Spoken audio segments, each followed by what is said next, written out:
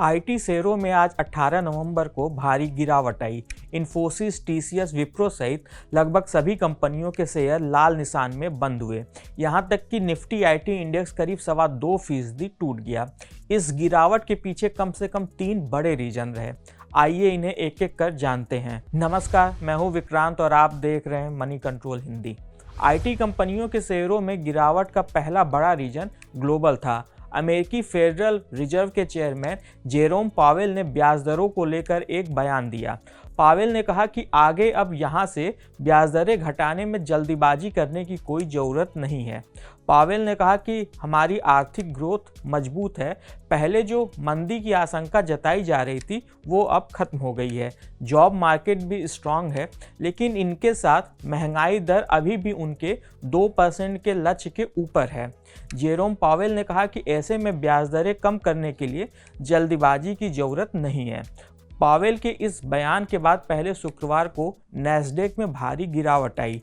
Nasdaq composite index 2% से अधिक लुढ़क कर बंद हुआ। यह पिछले 2 हफ्ते की सबसे बड़ी इंट्राडे गिरावट थी। इसके बाद आज भारतीय आईटी कंपनियों के शेयर भी लड़खड़ा कर गिर गए।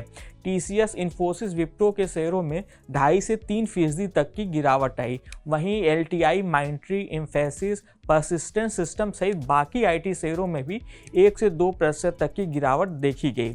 भारतीय आईटी कंपनियों की रेवेन्यू का एक बड़ा हिस्सा अमेरिका से आता है। ऐसे में अमेरिका में ब्याज दरें ऊंची रहने से इन कंपनियों को कारोबार में मुश्किलों का सामना करना पड़ता है। हालांकि यूएस फेड इस साल अब तक 2 बार ब्याज दरों में कटौती कर चुका है।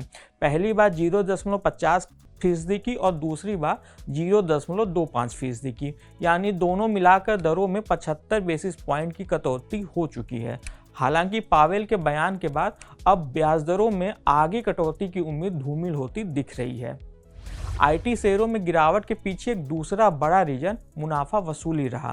पिछले 2 हफ्तों से आईटी शेयरों में लगातार तेजी देखने को मिल रही थी। निफ्टी आईटी इंडेक्स इस दौरान 6% तक ऊपर गया था। यह तेजी अमेरिकी चुनाव में डोनाल्ड ट्रंप के जीत के बाद आई थी। माना जा रहा था कि ट्रंप की नीतियां आईटी कंपनियों को फायदा पहुंचा सकती हैं, लेकिन अब यह सेंटीमेंट बदलता दिख रहा है और अब इसके चलते इन शेयरों में मुनाफा वसूली तेज हो गई है। तीसरा रीजन है विदेशी संस्थागत निवेशकों यानी एफआईआई की ओर से लगातार बिकवाली।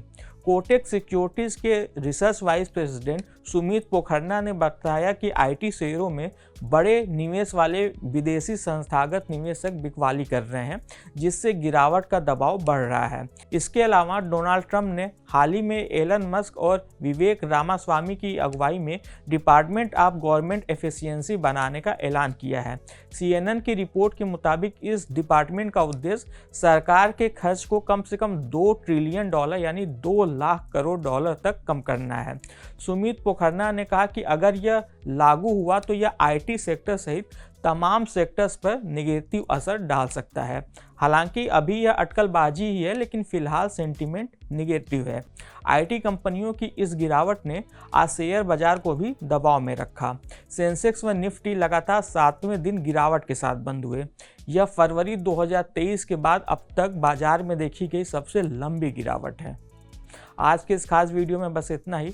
आपको यह जानकारी कैसी लगी हमें कमेंट कर जरूर बताइएगा। बिजनेस और स्टॉक मार्केट से जुड़ी ऐसी ही खबरों के लिए आप हमारी मनी कंट्रोल हिंदी की वेबसाइट को विजिट कर सकते हैं।